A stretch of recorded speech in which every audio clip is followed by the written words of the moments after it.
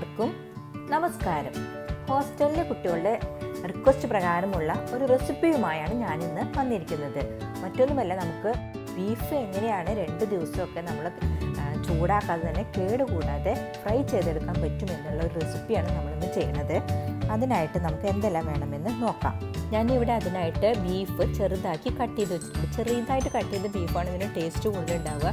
ഇത് ഞാൻ സ്വല്പം നേരം മഞ്ഞളും വിനാഗിരിയും ഒക്കെ ചേർത്തിട്ട് ചൂടുവെള്ളത്തിൽ കുറച്ച് നേരം വെച്ചിട്ട് ക്ലീൻ ചെയ്തെടുത്തതാണ്. പിന്നെ നമുക്കിതിലേക്ക് വേണ്ടത് വലിയുള്ളി, വെളുത്തുള്ളി, ഇഞ്ചി, പച്ചമുളക് ഇതെല്ലാം കട്ട് ചെയ്ത് വെച്ചിട്ടുണ്ട്. 2 സവോളയാണ് ഞാൻ എടുത്തിരിക്കുന്നത്. അതുപോലെ ഒരു 5-6 അല്ലി വെളുത്തുള്ളിയും ഒരു കഷ്ണം ഇഞ്ചിയും. ഇത് ഞാൻ അത്ര ചെറുതാക്കിയിട്ടൊന്നല്ല കട്ട് ചെയ്തിരിക്കുന്നത്. നമുക്കിതൊന്ന് ജസ്റ്റ് ഒന്ന് ഫ്രൈ ചെയ്തിട്ട് വേണം ഈ ബീഫിലിട്ടിട്ട് ഒന്ന് വേവിച്ചെടുക്കാനായിട്ട്. അതുപോലെ നമ്മളിതിലേക്ക് മസാലകൾ ചേർക്കുന്നുണ്ട്. മസാലകൾ ഞാനിതിൽ മല്ലിയും മുളകൊക്കെ പൊടിക്കാത്തതാണ് ചേർക്കുന്നത്. പൊടിച്ചത് ചേർത്താലും കുഴപ്പമില്ല, പൊടിക്കാത്ത ചേർക്കുമ്പോൾ ഇത്രയും ടേസ്റ്റ് കൂടുതലാണ്. അപ്പം ഞാൻ അങ്ങനെ പച്ചമല്ലി, മുളകും അതുപോലെ തന്നെ ഗ്രാമ്പൂ, പട്ട, ഏലക്ക ഇതെല്ലാം പച്ചക്കാണ് ഇതിൽ വറുത്ത് എടുക്കുന്നത്. നിങ്ങൾക്ക് അതല്ലാന്നുണ്ടെങ്കിൽ ഗരം മസാലയുടെ പൊടി യൂസ് ചെയ്യാം. ഞാനത് പകരം ഇതിലേക്ക് ഗ്രാമ്പൂ, പട്ട, ഏലക്കായ, പെരുംജീരകം, കുരുമുളക്, മല്ലി, മുളക് ഇതൊക്കെ പച്ചക്കാണ് ഇട്ടിട്ട് ഫ്രൈ ചെയ്യണത്. നമുക്കിതെല്ലാം ഒന്ന് പെട്ടെന്ന് തന്നെ മാറ്റിയെടുക്കുക. ഇത് അത്ര അധികം വഴറ്റേണ്ട ആവശ്യമില്ല, ജസ്റ്റ് ഒന്ന് വഴണ്ടാൽ മതി. ഞാൻ മുളക് ആദ്യം വറുത്തെടുത്തു, അതിന് ശേഷം ഇതെല്ലാം കൂടെ ഒന്നിച്ചാണ് വഴറ്റിയെടുത്തിരിക്കുന്നത്. അപ്പോൾ ഈ ഒരു ഇതിൽ മതി നമുക്ക് വഴറ്റിയെടുക്കാനായിട്ട്. അപ്പോൾ ഇത് കറക്റ്റായിട്ടുണ്ട്. ഇനി ഞാൻ മുളക് വേറെ മാറ്റി വെച്ചിട്ടുണ്ട്, അതും ഇതിൽ കൂടെ ആഡ് ചെയ്തിട്ട് നമുക്കൊന്ന് ചൂടാറിയ ശേഷം എല്ലാതും കൂടെ നന്നായിട്ട് അരച്ചെടുക്കാം.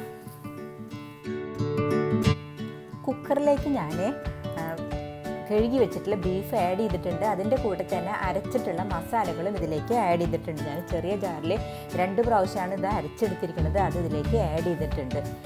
ഇനി നമുക്ക് ആവശ്യാനുസരണം ഇതിലേക്ക് വെള്ളം ആഡ് ചെയ്തിട്ട് നന്നായിട്ട് മിക്സ് ചെയ്തിട്ട് ആവശ്യത്തിന് ഉപ്പും ഇട്ടതിന് ശേഷം നമുക്ക് വേവിച്ചെടുക്കാം. അങ്ങനെ നമ്മുടെ ബീഫ് വെന്ത് കറക്റ്റായിട്ടുണ്ട്. ഇതിൽ അത്യാവശ്യം വെള്ളമൊക്കെ ഉണ്ട്. ഇതിന് വെള്ളം നമുക്ക് ആവശ്യമാണ്. വെള്ളം കുറവാണെങ്കിൽ കുറച്ചുകൂടി വെള്ളമൊക്കെ നമുക്ക് വേണ്ടി വരുന്നതാണ്. ഇപ്പോൾ എനിക്ക് ഈ വെള്ളം പാകമാണ്. ഇനി നമുക്കിത് ഒരു ഫ്രൈ പാനിലോ ചീഞ്ചട്ടിയിലോ മറ്റും ഇട്ടിട്ട് നമുക്ക് നന്നായിട്ട് ഫ്രൈ ചെയ്ത് മുരിച്ചെടുക്കണം. അപ്പോൾ അതിനായിട്ട് ഞാനൊരു പാൻ വെച്ചിട്ടുണ്ട്. അതിലേക്ക് നമുക്ക് സ്വല്പം വെളിച്ചെണ്ണ ഒഴിച്ചു കൊടുക്കാം. സ്വല്പം വെളിച്ചെണ്ണ മതി നമുക്കതിലേക്ക്.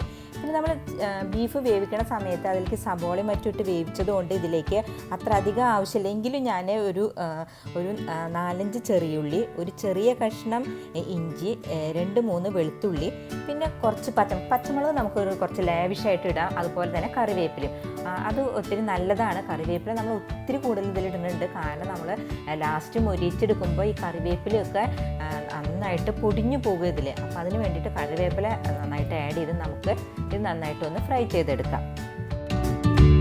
ഇതെല്ലാം വാടി കറക്റ്റായിട്ടുണ്ട്. നമുക്കിനി ഇതിലേക്ക് വേവിച്ച് വെച്ചിട്ടുള്ള ബീഫ് ആഡ് ചെയ്ത് നന്നായിട്ട് വറ്റിച്ചെടുക്കണം. ഇത് നന്നായിട്ട് ഇളക്കി വറ്റിച്ച് ഫ്രൈ ചെയ്തെടുക്കേണ്ടതാണ് നമുക്ക്. അതിനായിട്ട് നമുക്കത് ഫുൾ ഫ്ലെയിമിൽ തന്നെ ഇട്ട് കത്തിക്കേണ്ട ആവശ്യമുണ്ട്. സ്വല്പം നേരം നമുക്ക് അടച്ചിട്ടിട്ട് വേവിക്കാം. അത് കഴിഞ്ഞതിന് ശേഷം നമുക്ക് തുറന്നിട്ട് വെള്ളം മാറ്റി നന്നായിട്ട് വഴറ്റിയെടുക്കണം. ഇത് കുറച്ച് നേരം അടച്ചു വെച്ച് വേവിച്ച് തുറന്ന ഒരു അവസ്ഥയാണിത്. അതിന് ശേഷം നമുക്ക് പിന്നീടും ഒന്നും കൂടെ അടച്ചു വെച്ച് വേവിച്ചെടുക്കാം.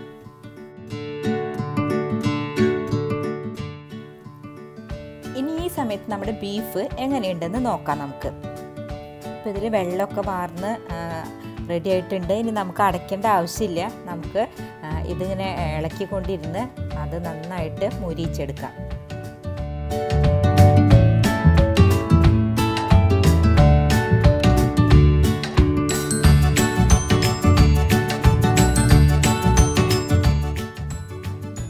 ബീഫിൻ്റെ കളറൊക്കെ മാറി തുടങ്ങി. ഈ ഒരു അവസ്ഥയിൽ കഴിക്കാനായിട്ട് ഇത് വളരെ ടേസ്റ്റാണ്. പക്ഷേ നന്നായിട്ട് മുരിച്ചിട്ടെടുക്കണം. ഞാൻ ഇതിന് മുന്നേ ഇതിപ്പോൾ 1/2 കിലോ ബീഫാണ് ചെയ്തിരിക്കുന്നത്. ഇതിന് മുന്നേ ഞാൻ 1 കിലോ ബീഫ് ഇങ്ങനെ ചെയ്തിട്ട് മോൾക്ക് ഹോസ്റ്റലിലേക്ക് കൊടുത്തു വിട്ടിരുന്നു. അവിടെ കൊണ്ടുപോയിട്ട് 2 ദിവസം വെച്ചിട്ടും അവർക്ക് ചൂടാക്കാതെ തന്നെ കേടാവാതെ കഴിക്കാൻ പറ്റി. അപ്പോൾ ആ കുട്ടികൾക്കൊക്കെ ഒത്തിരി ഇഷ്ടമായി. അപ്പോൾ അവരുടെ റിക്വസ്റ്റ് പ്രകാരമാണ് ഞാനിത് നിങ്ങൾക്ക് കാണിക്കാനായിട്ട് 1/2 കിലോ ബീഫ് വാങ്ങിച്ചിട്ട് ഇങ്ങനെ ചെയ്യണത്. അപ്പോൾ നമുക്കിത് 2-3 ദിവസം ചൂടാക്കിയിട്ടുണ്ടെങ്കിൽ കേടുകൂടാതിരിക്കും. വളരെ ടേസ്റ്റുമാണ് ഇത്. അപ്പോൾ ഇതിൽ നമുക്ക് ഞാൻ കാണിച്ചു തരാം, ഇതിൽ വേപ്പിലയൊക്കെ ഇട്ടിട്ടുണ്ടല്ലോ, ആ വേപ്പിലയൊക്കെ നന്നായിട്ട് പൊടിഞ്ഞു പോകുന്ന ഒരു അവസ്ഥയിൽ വരെ നമുക്കിത് മൊരിച്ചെടുക്കണം. അങ്ങനെ ചെയ്ത് കഴിഞ്ഞാൽ ഇത് ഒരിക്കലും കേടുവരില്ല, വളരെ ടേസ്റ്റാണ്. നമുക്കിനി ഇതിൽ അവസാനമായിട്ട് കുറച്ച് കുരുമുളക് പൊടി ആഡ് ചെയ്യാം. ഇതിപ്പോൾ ഏകദേശം കറക്റ്റായിട്ടുണ്ട്. ഇനി ഒരു 2-3 മിനിറ്റും കൂടെ നന്നായിട്ട് ഇളക്കി ഫ്രൈ ചെയ്തെടുക്കാൻ നമുക്ക്. അപ്പോൾ ആ കുരുമുളകൊക്കെ അതിൽ പിടിച്ച് നല്ലൊരു മണം തന്നെ വരും, വളരെ ടേസ്റ്റാണ് ഇത്.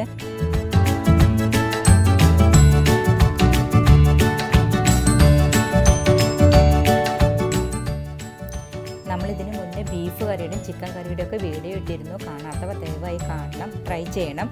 അപ്പോൾ നമ്മുടെ ബീഫ് അങ്ങനെ മുരിഞ്ഞ് കറക്റ്റായിട്ടുണ്ട്. നമുക്കിനി ഇതിൽ ഒരു വേപ്പൽ എടുത്തിട്ട് അതിൻ്റെ അവസ്ഥ എങ്ങനെയാണെന്ന് നോക്കാം.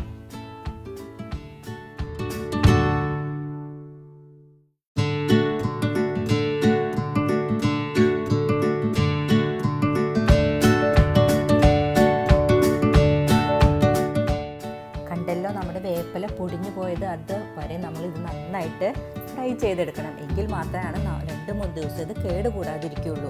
അപ്പോൾ അങ്ങനെ നമ്മുടെ കറി റെഡിയായി. നമുക്കിതൊരു സെർവിങ് ബൗളിലേക്ക് മാറ്റാം. അങ്ങനെ വളരെ ടേസ്റ്റിയും ചൂടാക്കാതെ തന്നെ 2-3 ദിവസം ഫ്രിഡ്ജിൽ വെക്കാതെ കേടുകൂടാതിരിക്കുന്നതുമായ ബീഫ് മൊരിച്ചെടുത്തത് ഇവിടെ റെഡി ആയിട്ടുണ്ട്. ഇത് വളരെ എളുപ്പമാണ് തയ്യാറാക്കാനായിട്ട്, എല്ലാവർക്കും ഇഷ്ടപ്പെടും. എല്ലാവരും ട്രൈ ചെയ്യണം. സബ്സ്ക്രൈബ് ചെയ്യാത്തവർ ദയവായി സബ്സ്ക്രൈബ് ചെയ്യണം, ലൈക്ക് ചെയ്യണം, ഷെയർ ചെയ്യണം. കൂടാതെ ദയവായി ബെൽ ഐക്കൺ ക്ലിക്ക് ചെയ്യാൻ മറക്കരുത്. നിങ്ങൾക്ക് ഇതുമായി ബന്ധപ്പെട്ട എല്ലാ അഭിപ്രായങ്ങൾക്കും നിർദ്ദേശങ്ങൾക്കും താഴെ കമൻറ്റ് ചെയ്യാവുന്നതാണ്.